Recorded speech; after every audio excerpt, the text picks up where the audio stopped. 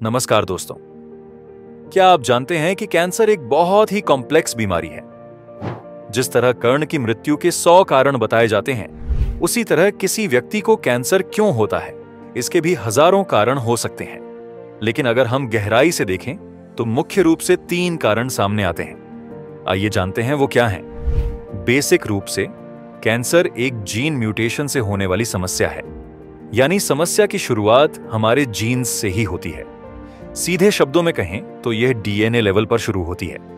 इसीलिए कैंसर का पहला अज्ञात कारण है जन्मजात जीन म्यूटेशन, यानी यहां समस्या जन्म से ही मौजूद होती है।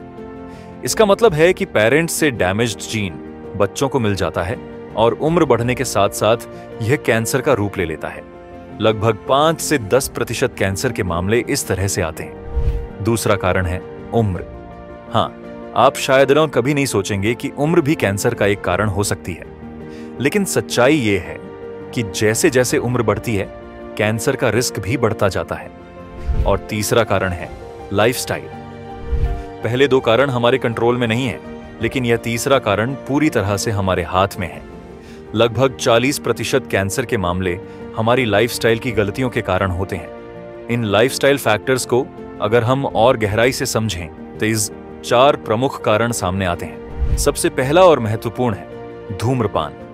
इससे लगभग 19% कैंसर के मामले होते हैं। सिगरेट में मौजूद केमिकल्स हमारे डीएनए को नुकसान पहुंचा सकते हैं, जिससे कैंसर का खतरा बढ़ जाता है। दूसरा कारण है शराब का सेवन। शराब कम पीने से कैंसर का रिस्क भी कम हो सकता है।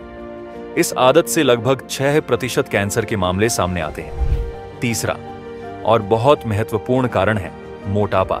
हां, यह भी एक कारण है। मोटापे से भी कैंसर होने का खतरा रहता है। लगभग 8% मामले इस वजह से होते हैं। और चौथा कारण है यूवी रेडिएशन। यह रेडिएशन मुख्य रूप से स्किन कैंसर का कारण बनता है। इससे भी हम बच सकते हैं।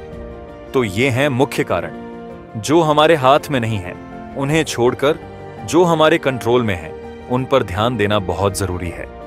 याद रखिए, पूरी तरह से कैंसर को रोकना शायद संभव ना हो, लेकिन अपनी लाइफस्टाइल में सुधार करके हम कैंसर के रिस्क को कम जरूर कर सकते हैं। सावधानी हमेशा बेहतर है और हेल्थी लाइफस्टाइल हमारा सबसे बड़ा बचाव है।